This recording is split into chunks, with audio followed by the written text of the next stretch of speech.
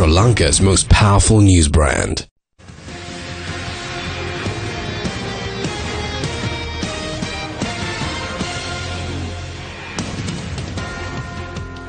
Prime Minister Ranil Wickremesinghe signed the proposal on media ethics for print and electronic media prepared by the National Elections Commission.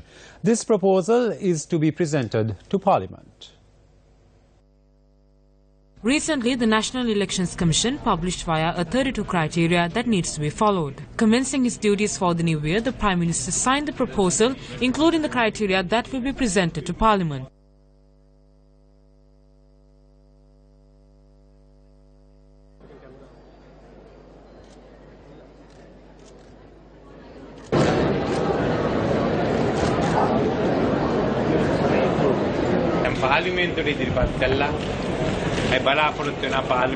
We hope to present this to Parliament and pass it. As a government, we are prepared to follow the law and the law related to elections. We have introduced a new election system, and under this, we hope to follow good governance. We hope to implement this system to the letter, and I believe everyone will support this. Those were the comments of Prime Minister Ranil Wickremesinghe after signing the proposal on media ethics for print and electronic media prepared by the National Elections Commission. Now, it is fine if this proposal is tabled in Parliament with good intention. It poses no threat to the country's democracy. However, we do have concerns because we have had bad experiences not so long ago with this government coming into power. When the Foreign Exchange Act and the Inland Revenue Act were passed in Parliament, there were accusations that they had undergone some changes unknown to the public and even some of the MPs in Parliament. There was also a proposal to establish an independent Council for News Media Standards Act, which aimed at regulating the media and even contained some clauses which could sentence journalists to prison. So there are fears and doubts among the people and the media that some changes in this proposal too could be snuck into parliamentary approval without the knowledge of the people of this country and its lawmakers. We have the Gazette, which contains these media guidelines prepared by the National Elections Commission and contains the signatures of 3 of its officials, including its chairman, Mahinda Deshapriya.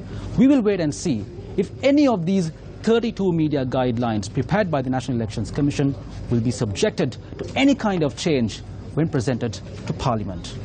In the meantime, let's take a look at what activists had to say in this regard. The whole exercise of giving guidelines to the media is done continuously and solely by the Election Commission, and there's no involvement from any contesting political parties for this matter.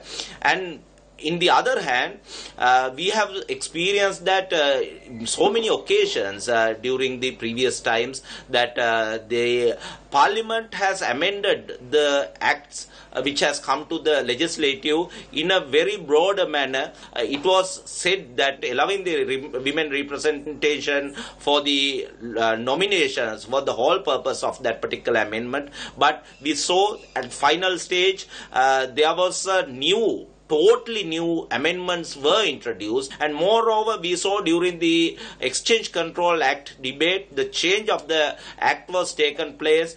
No one knew what exactly happened until it was passed and gazetted. Just because of these sort of undue and unethical exercises, we should be very careful that something which will be harming to the freedom of expression, to the media, to independency of the media should not take place in the name of the media guidelines, which was very correctly issued by the Election Commission.